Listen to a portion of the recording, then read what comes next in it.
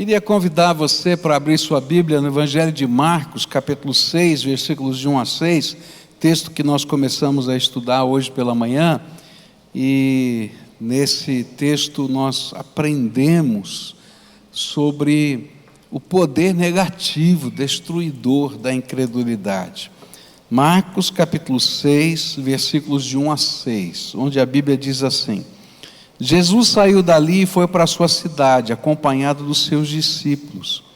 E quando chegou o sábado, começou a ensinar na sinagoga, e muitos dos que o ouviam ficavam admirados. De onde lhe vêm estas coisas? Perguntavam eles. Que sabedoria é esta que lhe foi dada? E estes milagres que ele faz? Não é este o carpinteiro, filho de Maria, irmão de Tiago, José, Judas e Simão? Não estão aqui conosco as suas irmãs? E ficavam escandalizados por causa dele. Jesus lhes disse: só em sua própria terra, entre os seus parentes e em sua própria casa, é que um profeta não tem honra. E não pôde fazer ali nenhum milagre, exceto impor as mãos sobre alguns doentes e curá-los. E ficou admirado com a incredulidade deles. Nós começamos a estudar esse texto hoje pela manhã, e a gente primeiro aprendeu que somente 2 vezes no Novo Testamento Jesus fica admirado de alguma coisa. A primeira, quando ele fica admirado da fé de um centurião romano, e a segunda, quando ele vai na sua aldeia, na sua cidade, que é Nazaré, onde ele passou grande parte da sua vida, e encontra tamanha incredulidade com aquela gente que ele conhecia. Eu disse que naquele contexto, a cidadezinha, uma aldeiazinha de cerca de 500 habitantes naquela época, onde todo mundo se conhecia, né? E ele conhecia todo mundo que estava lá, e todo mundo o conhecia. E foi essa gente que não conseguiu crer nele. E não somente eles, mas inclusive os seus irmãos. Eu falei hoje de manhã, citando vários textos da Bíblia, que os seus irmãos tiveram muita dificuldade de crer em Jesus até a ressurreição dele. Aí Tiago e Judas se convertem, se tornam líderes da igreja de Jerusalém. Mas nós dissemos hoje de manhã que a gente pode aprender com o povo de Nazaré os efeitos da incredulidade na nossa vida. E o primeiro efeito que a gente aprendeu, que estava nos versículos 1 e 2, é que a incredulidade obscurece o óbvio. Aquilo que é tão natural de a gente perceber fica obscurecido por causa da nossa incredulidade, por causa das questões pré-concebidas na nossa mente, das ideias que já estão ali enraizadas. E é por isso que o óbvio era que o que estava agindo na vida de Jesus era o poder do Espírito Santo, como ele mesmo tinha dito, que hoje se cumpre o que está em Isaías, não é? Que o Espírito do Senhor está sobre mim. Eles não conseguiam entender, porque eles tinham somente na mente deles a imagem daquele Cristo, daquele Jesus, melhor dizendo, que tinha sido carpinteiro na cidade. Segunda coisa que a gente aprendeu hoje de manhã é que a incredulidade eleva o que é irrelevante. E então a mente obscurecida, ela começa a não entender quem é Jesus e não aceitar que Jesus poderia ser o Cristo. E aí então começa a levantar argumentos irrelevantes para dar razão àquilo que ficou obscurecido. E no pensamento daqueles homens, eles estavam perguntando: esse aqui não é o carpinteiro? Como é que ele não estudou teologia, não fez nada disso, etc., não é? E ele está falando essas coisas, tem alguma coisa errada aí. E aí então o irrelevante, ser carpinteiro, se torna relevante. Esse aí não é o filho de Maria? E eu expliquei hoje de manhã que essa era uma maneira pejorativa de tratar alguém, porque sempre se falava o nome do pai, não é? Mas quando falaram o nome da mãe, muito provavelmente estavam lembrando da história do nascimento virginal, não é, de Maria, que ela sai e volta, depois aparece, não é, e José deseja não casar com ela, depois se casa e eles voltam depois do Egito, e aí com certeza isso virou um buchicho numa cidade de 500 pessoas, não é? E então é dizer, como é que um bastardo pode ser um ungido de Deus? E aí o irrelevante se torna relevante. O que tem a ver isso com aquilo que Deus está fazendo na vida das pessoas? Mas aí se torna relevante na mente das pessoas. O fato da família ser humilde e estar no meio da cidade também se tornou irrelevante, que se torna relevante, né? E aí aquilo vai crescendo na incredulidade das pessoas. E a gente fez uma série de aplicações sobre isso nas Escrituras e na nossa própria vida, dizendo que muitas vezes nós não deixamos a obra de Deus acontecer porque temos ideias preconcebidas a respeito de Jesus, da palavra de Deus, da igreja, e assim como eles fizeram no passado, continuamos a fazer hoje, sem deixar Jesus trabalhar na nossa vida. Mas eu queria continuar essa meditação nesse texto, porque depois que o óbvio fica obscurecido pelo nosso preconceito e pela nossa incredulidade, e o irrelevante se torna argumento, e a gente às vezes não consegue lidar com essas coisas, e não consegue resposta para essas coisas, surge um terceiro efeito. Diz assim o versículo 4, Jesus lhes disse: só em sua própria terra, entre os seus parentes e em sua própria casa é que um profeta não tem honra. E se a gente depois acompanhar esse pensamento, a gente vai descobrir por que Jesus diz essas palavras, e isso aparece em Lucas 4, versículos 28 a 30. Quando ouviram isso, todos os que estavam na sinagoga ficaram com muita raiva, e então se levantaram, arrastaram Jesus para fora da cidade, e o levaram até o alto do monte onde a cidade estava construída, para o jogar dali abaixo. Mas ele passou pelo meio da multidão e foi embora. O terceiro efeito da incredulidade é atacar o mensageiro para denegrir a mensagem. Foi por isso que Jesus afirmou que o profeta não tem honra na sua própria terra e entre os seus parentes. E foi por isso que aquele povo se levantou no meio daquela congregação, apesar de perceberem a graça, apesar de se admirarem da sabedoria, apesar de verem os milagres. Mas quando os milagres aconteceram, e quando o sermão começou a dizer que eles tinham que mudar alguns aspectos da sua vida, ao invés de aceitarem a mensagem, porque já tinham a mente obscurecida, porque já tinham alguns argumentos, então partiram para a agressão. E queriam assim impedir que a mensagem pudesse ser aplicada de alguma maneira à vida deles. Tem um livro muito interessante de um filósofo alemão chamado Schopenhauer, e ele escreve um livro muito estranho, muito interessante. 38 estratégias para vencer qualquer debate. E ele afirma que na sua 38ª regra, é que se você acha que vai perder, parta para o ataque pessoal.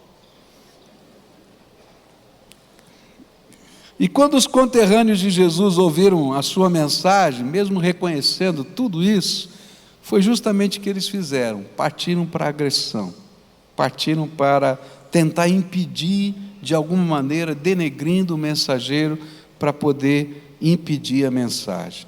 E aí o levaram para o topo daquela colina onde a cidade havia sido edificada e queriam jogá-lo lá para baixo. Não é diferente hoje, nos dias de hoje, em termos de fé. Muita gente hoje tem sido tocada, transformada pela mensagem salvadora de Jesus. Muitas pessoas são testemunhas da graça do Salvador. E por isso, diante da realidade desses testemunhos todos, o que mais ocorre é uma crítica mordaz a todos os que proclamam a mensagem, sejam eles pastores ou leigos. E aí começam a denegrir: quem é você? Quem eu sou? O que a gente faz? Quais são as nossas intenções? Por quê? Porque se denegrir, não é? O mensageiro, atacar o mensageiro, a gente pode obscurecer a mensagem. É interessante que isso aconteceu na história, ao longo da história, o tempo todo. Não sei se você sabe, mas durante muitos anos da história, era proibido professar a fé segundo os ditames do seu coração. Não existia liberdade religiosa. Se alguém pensasse diferente da igreja que estava constituída junto com o Estado, era morto. Era dito herege e queimado vivo em praça pública. Por quê? Porque se deixassem a palavra continuar sendo anunciada, muita gente ia se converter. E então partiam para o ataque. Num determinado momento da história, pensaram assim: vamos ser um pouquinho mais liberais. E então nasceram os editos da chamada tolerância religiosa. Eu acho tremendo isso, não é liberdade, é tolerância. Eu aguento vocês. Mas aí então colocavam os limites onde vocês podiam atuar e agir. E você sabe que ainda existem esses editos de tolerância religiosa em vários lugares do mundo. Por exemplo, em Portugal, tá? Você não pode construir um templo. Você pode ter uma casa de culto, mas não pode chamar de templo. Porque no edito de tolerância religiosa diz que só pode ter templo a Igreja Católica. Eu estou falando de um país da Europa. Se você for a Dubai, e você for um estrangeiro, tá, ou nos Emirados, qualquer um deles, e você for um estrangeiro, existe um edito de tolerância religiosa. E então eles dizem assim: ok, se você é estrangeiro, não tem problema, pode cultuar, mas você tem que se registrar num determinado lugar, tá? E nós vamos criar um local, um quarteirão ou um lugar onde vocês vão poder fazer cultos, e vocês vão ter que dividir os horários conforme as suas confissões de fé no mesmo local, para que eles possam ter todo o controle. E se você fizer uma célula na sua casa, não faça barulho, porque alguém pode denunciar você. Gente, continua. E é interessante porque em alguns lugares do mundo, até hoje, pessoas são presas, lançadas na cadeia como criminosos, simplesmente porque anunciaram a sua fé a outra pessoa. Nós temos um pastor que trabalhou cerca de 30 anos na Turquia, que está preso há 2 anos. Está vendo aí uma grande batalha aí política, não é? Entre Estados Unidos e Turquia por causa desse homem. E a pergunta é: qual o crime que esse homem cometeu? Ele matou, ele roubou? Se você olhar a lista dos feitos desse homem, o homem envolvido em organizações humanitárias, o homem fazendo um trabalho lindo, bonito, missionário. Mas o crime dele foi crer em Jesus Cristo como único e suficiente Salvador e proclamar que Jesus é o Senhor.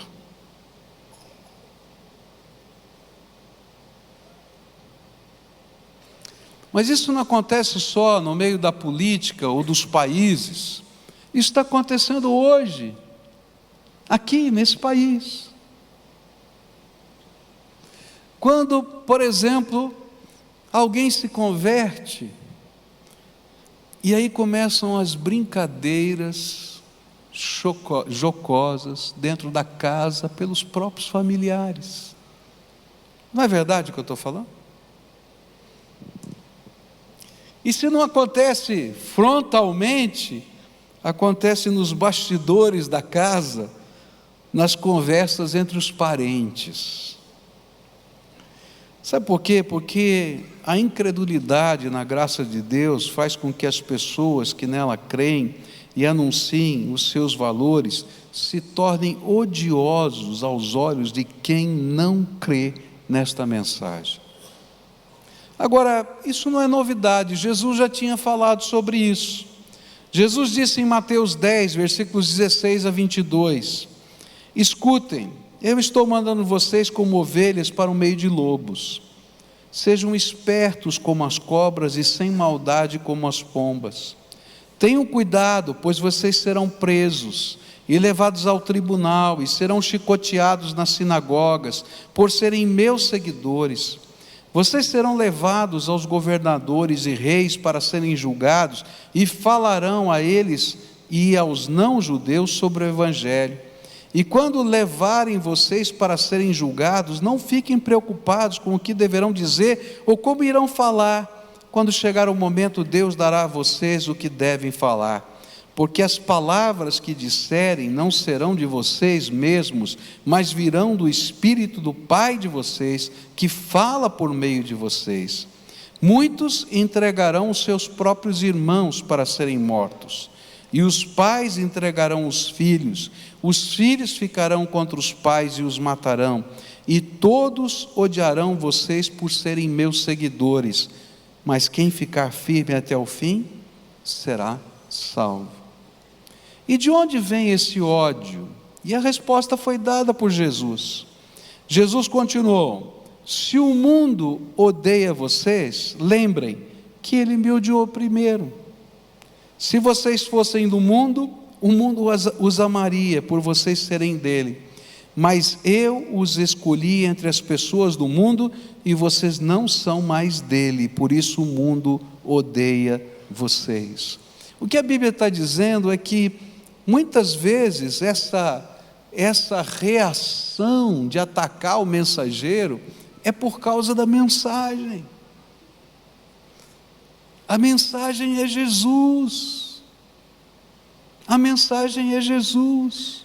Só que parece estranho isso, mas Jesus do jeito que Jesus é, não do jeito que as pessoas querem que Jesus seja.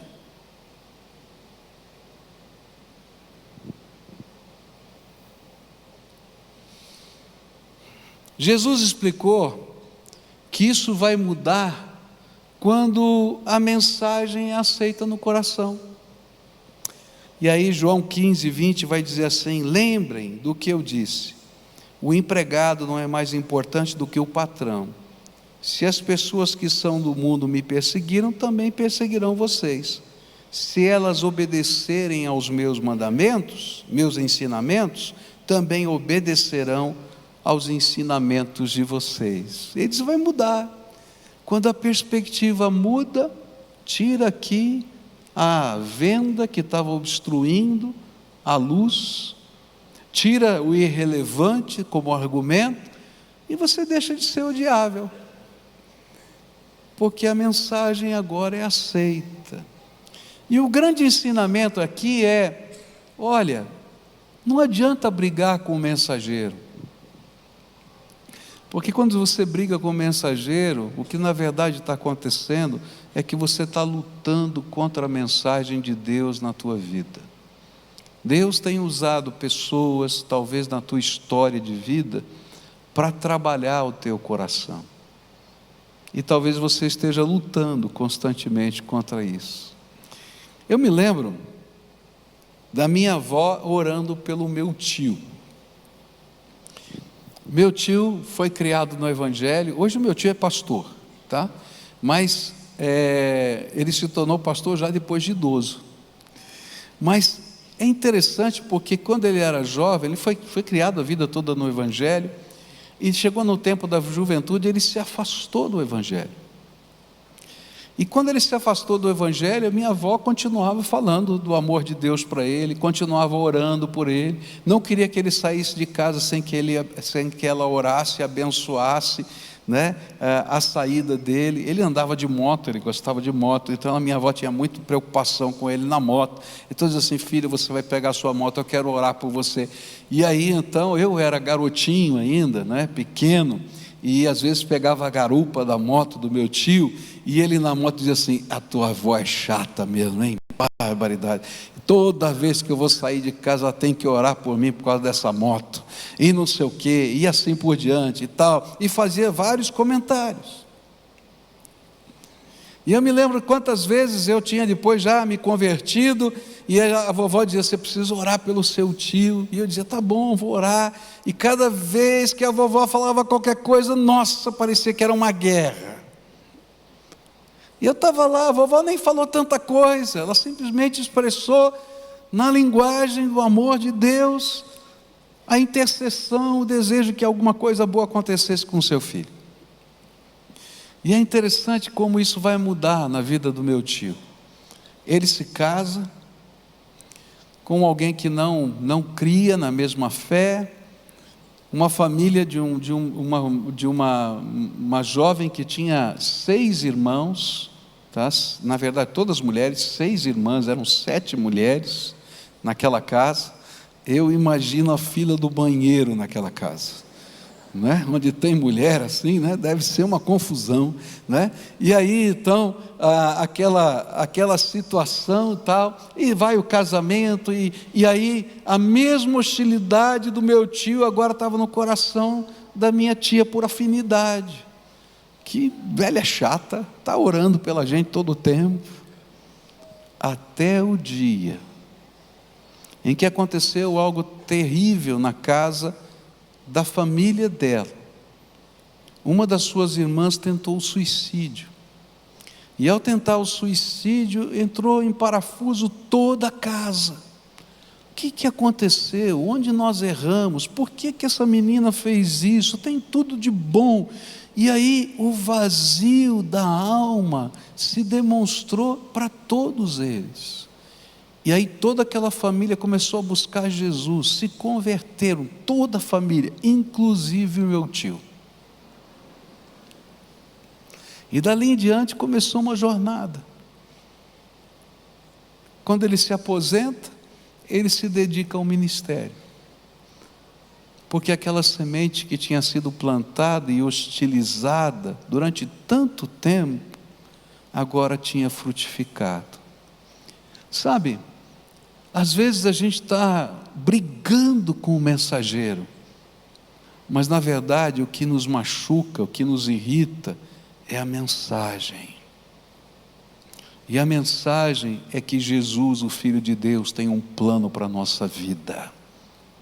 Jesus, o Filho de Deus, é o único Salvador. E sabe, com essa mensagem não dá para brigar, você vai brigar com Deus. Com o mensageiro é fácil brigar, mas brigar com ele não dá não. E aí Deus tem os seus caminhos de trabalhar a sua revelação na nossa vida. Então a grande lição que esse texto está ensinando para a gente é: olha, não adianta lutar contra o mensageiro, porque na verdade você está revelando que você está lutando contra Jesus. Deixa Jesus trabalhar a tua vida. A segunda coisa que eu quero dizer nessa noite é que um outro efeito da incredulidade é que a incredulidade, ela não apenas obstrui, não é, aquilo que é óbvio, mas ela obstrui a operação do sobrenatural de Deus na nossa vida. E olha só o que a Bíblia diz, verso 5: ele não pôde fazer milagres em Nazaré, a não ser curar alguns doentes, pondo as mãos sobre eles. E Mateus 13:58 ainda diz: e não realizou muitos milagres ali, por causa da incredulidade deles. O que aconteceu lá em Nazaré? Será que era um problema no poder? Será que faltou poder em Jesus para fazer milagre? Não. O problema foi o propósito. Se a gente estudar na Bíblia, vai descobrir qual é o propósito dos milagres. A Bíblia nos ensina que os milagres se revelam para atestar a verdade. Mas se você já decidiu rejeitar a verdade, então não adiantam milagres. É incrível isso. Eu li num jornal uma vez uma coisa que me chamou a atenção. Um articulista do jornal dizia assim: só creio em cura divina. Esse cristão, só creio em cura divina quando Deus curar cárie de dente. Quero ver Deus curar cárie de dente. Passaram-se os anos, e esse mesmo articulista, ele agora vai escrever, porque houve um movimento, aconteceu isso no Brasil, eu conheci pessoas que viveram isso, que Deus fez restauração nos dentes. Foi um movimento chamado Dente de Ouro, parecia um dente dourado. Eu tive um amigo muito chegado meu, querido, íntimo, que viveu esse milagre. E esse mesmo articulista dizia assim: não creio na restauração dos dentes. Por quê, queridos?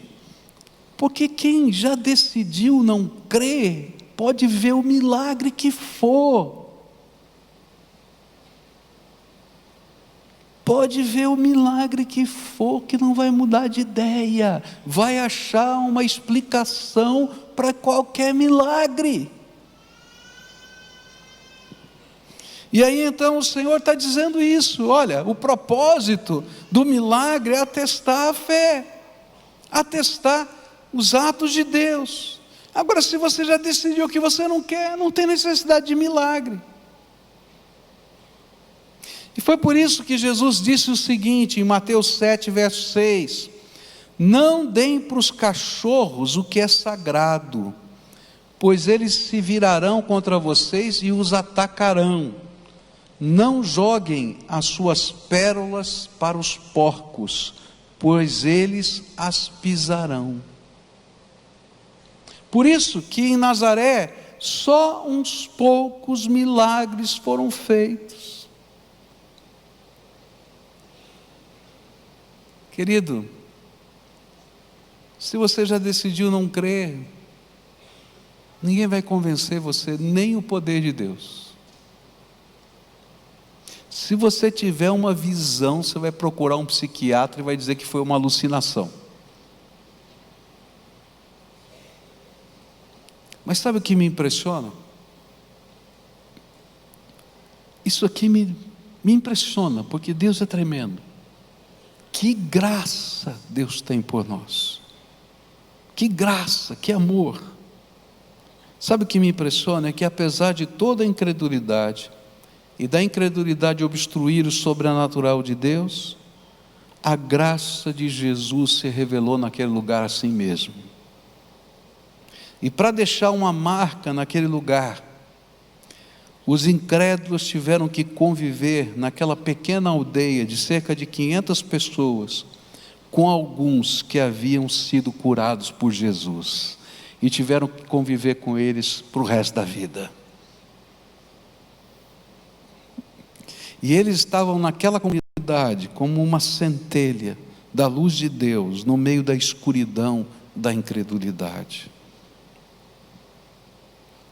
É isso que eu tenho visto até hoje, centelhas da graça de Jesus em meio a um mundo cético.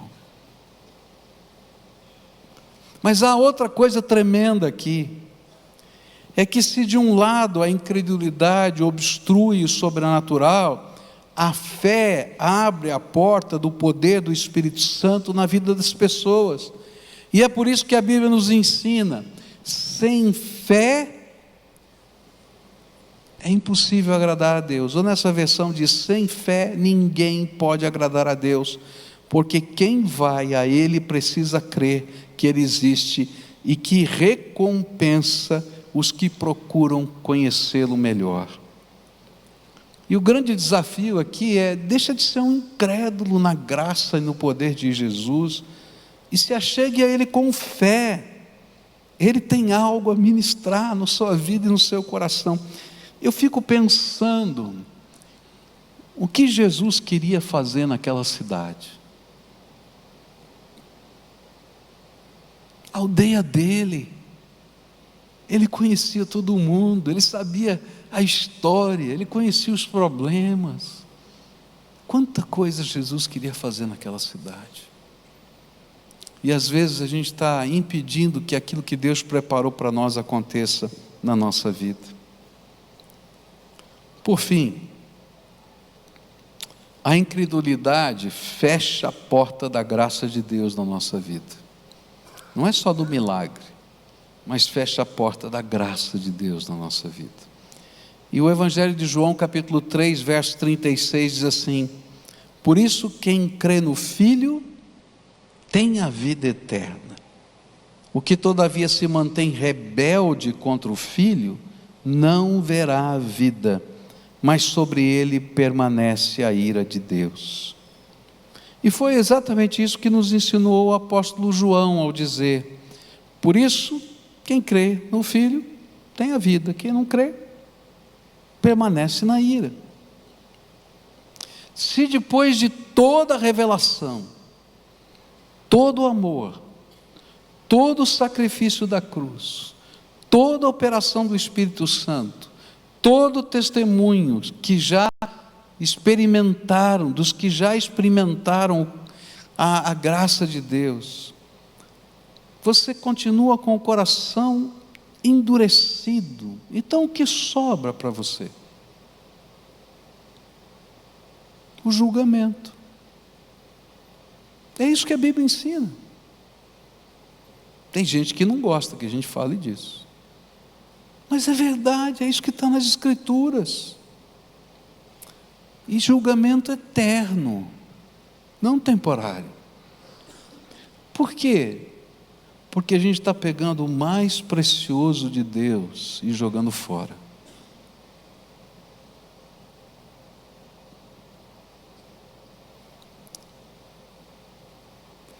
A Bíblia fala que só tem um pecado que é imperdoável. É interessante isso. Todo e qualquer pecado Deus pode perdoar. Todo e qualquer pecado. Fala o pecado mais cabeludo que você imagina. Deus pode perdoar, porque o sangue de Jesus é poderoso para nos lavar e nos purificar dos pecados. Mas a Bíblia fala de um pecado que é imperdoável. Sabe qual é o pecado imperdoável? Quando a gente peca contra o Espírito Santo. E sabe o que é o pecado contra o Espírito Santo? É quando o Espírito Santo fala com a gente, convence a gente, toca a gente durante toda a nossa vida, e a gente continua de cabeça dura até o fim. A gente blasfema contra a obra de Deus na nossa vida. Por isso que permanece a ira. Se a pessoa não quer a graça de Deus, Deus não força pela goela a sua graça. O que Jesus viu em Nazaré foi algo que gerou espanto para ele, que gerou tristeza no seu coração. Porque eu tenho certeza que quando ele chegou naquela cidade, ele queria fazer muitos milagres. Eu acho, essa é a minha ideia, não está na Bíblia, está na minha cabeça, tenho que falar. Eu acho que ele tinha preparado um milagre para cada um dos seus vizinhos. Numa cidade de 500 pessoas que a gente vive muitos anos, a gente conhece todo mundo, gente. A gente sabe o nome de todo mundo. E eu acho que Jesus lá chegou com o desejo de fazer um milagre na vida de cada um dos seus vizinhos.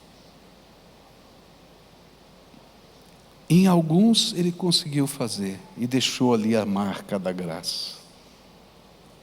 Mas tantos outros perderam a bênção de Deus em tantas circunstâncias que Deus gostaria de derramar, simplesmente porque o coração estava duro. E é por isso que a Bíblia vai dizer, não é? Se hoje você ouvir a voz do Senhor, não endureça o seu coração.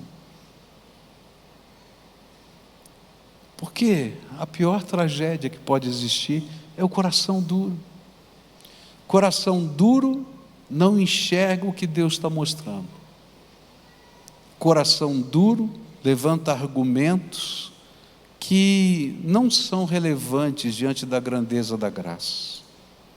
Coração duro, quando se sente tocado, quem sabe ameaçado por esse toque, persegue o mensageiro para que a mensagem não possa continuar. Coração duro